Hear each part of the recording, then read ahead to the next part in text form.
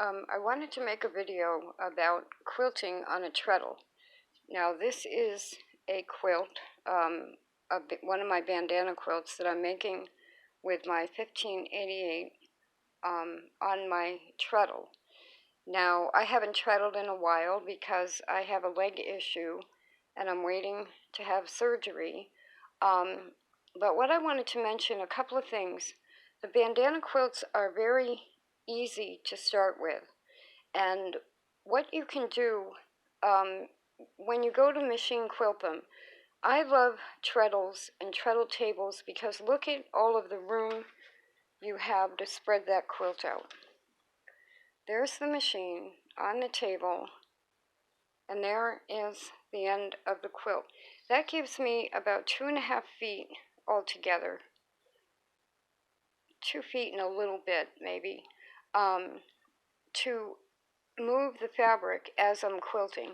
And if you're making a bandana quilt, so many people are making masks now, and I'm also making masks. The town of Yarmouth can still use masks if you want to donate any.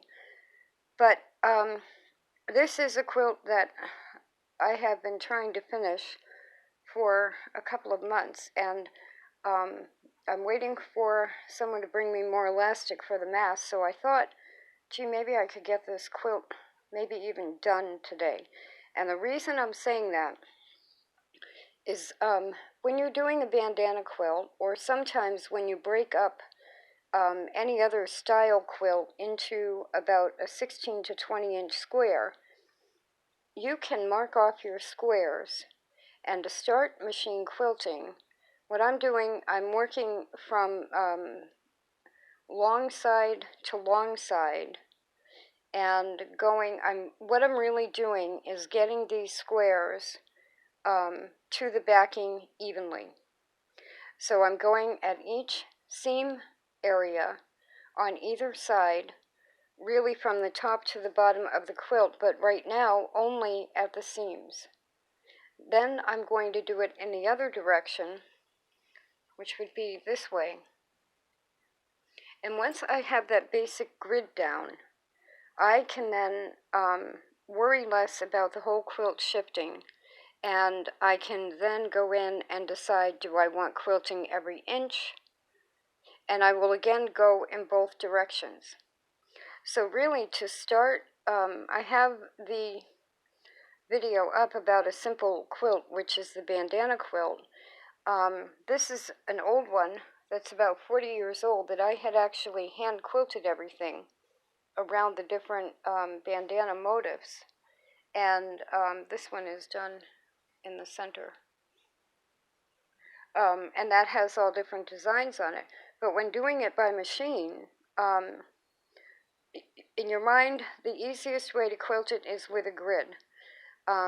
You can make that grid diagonal if you want and do two directions diagonally, but if it's your first quilt, it's really easy to start by doing along the seam lines and then deciding how much quilting you want to fill in with. And doing it that way gets your backing, batting, and quilt top all in one piece without a lot of bunching or anything on the back. And then you can actually just have fun with it and fill in the quilting. So, and I just wanted to make a video of my 1588 in the treadle because depending on how my leg surgery goes, this might be the last big quilt I'm using. I'm quilting with the treadle for a while, and the 15 will become a hand crank again, and I'll be using it that way. I'm going to be making wall quilts, which are easier. If I decide to use the treadle, the wall quilt only goes to about here. So that is a lot easier than a big quilt like this. The other advantage to using a treadle, first of all, I was using the brother for the masks. Then I put it away, got my Spartan out. I decided to get the brother back out again. And I figured I better go see if, maybe I'll use the brother. If I burn it out, I'll have to get another, something like it. Well, all of a sudden, sewing machines are getting hard to buy. Walmart was sold out of many, many machines.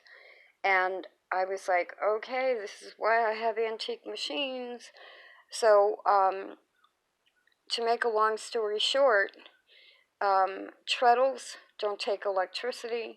The old machines very rarely break. You don't have to replace a motor or a foot pedal or anything. And the treadle tables, this is just a treadle top that I painted and put on a treadle stand that was at my dad's. And I love this setup because of the room it gives you when working.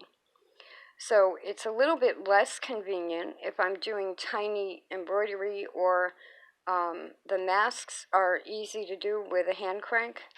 And the 1588 can be either. When it's an 88, it's in a treadle. When it's a 1589, it's got a hand crank. I would still recommend that people buy these. Find them, buy them, use them. Now the other thing that comes into it is my dog doesn't really like the noise of a treadle, and she's getting older.